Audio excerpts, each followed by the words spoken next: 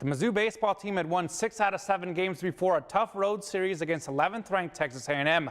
The Tigers dropped the opener 7-3 last night, but plenty of drama in today's game.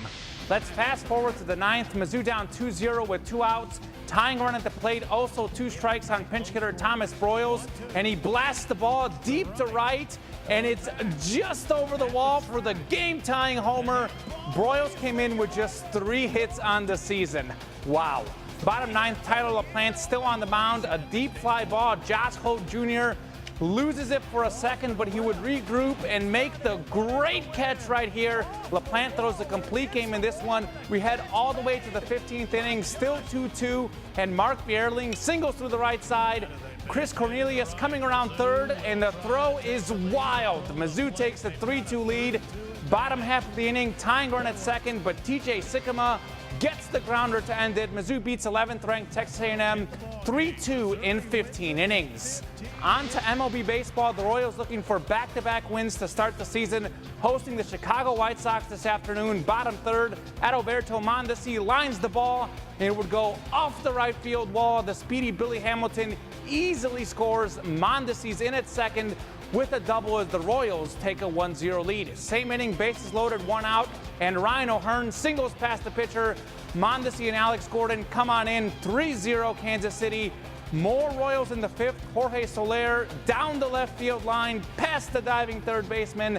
Alex Gordon races around the bases to score, and that makes it 4-0 Royals. The White Sox cut the lead to 4-3, but in the 6th, it's Whit Merrifield with a single to right here. 2 more score. He has a 22-game hitting streak going back to last year. Kansas City wins 8-6. The Royals didn't win their first series until May last year, but KC already on the board and will look to sweep the White Sox tomorrow. More baseball. The Cardinals and Brewers split the first 2 games. Game 3 of 4 tonight. Milwaukee gets off to a good start. Christian Yelich goes the other way for the solo homer. The Brewers take the 1-0 lead. Speaking of home runs, new Cardinal Paul Goldschmidt hit 3 last night. This time it's just a single, but it drives in Colton Wong, and we're tied up at 1. A tough start for Dakota Hudson in the 3rd. Royals fans might remember this name. Mike the Moose Moustakas is on the loose for a 2-run homer and a 4-1 lead. Hudson allowed 3 home runs in this game. The Cards trying to stay in it. 4th inning, Colton Wong lines the ball down the left field line. Marcell Ozuna scores, and the Cards cut the lead in half.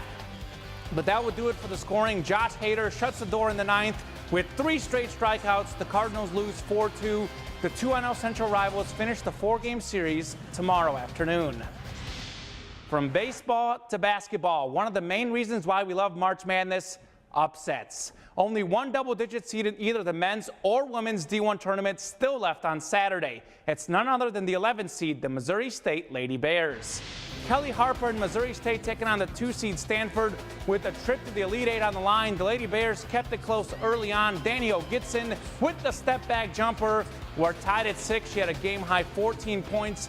Missouri State trailed 28-19 at the half. Stanford taking control in the second half and leading 45-36 with about 9 minutes left. But Missouri State refused to go away. Just over 2 minutes to go. A great pass, and Jasmine Franklin lays it in. She had a double-double.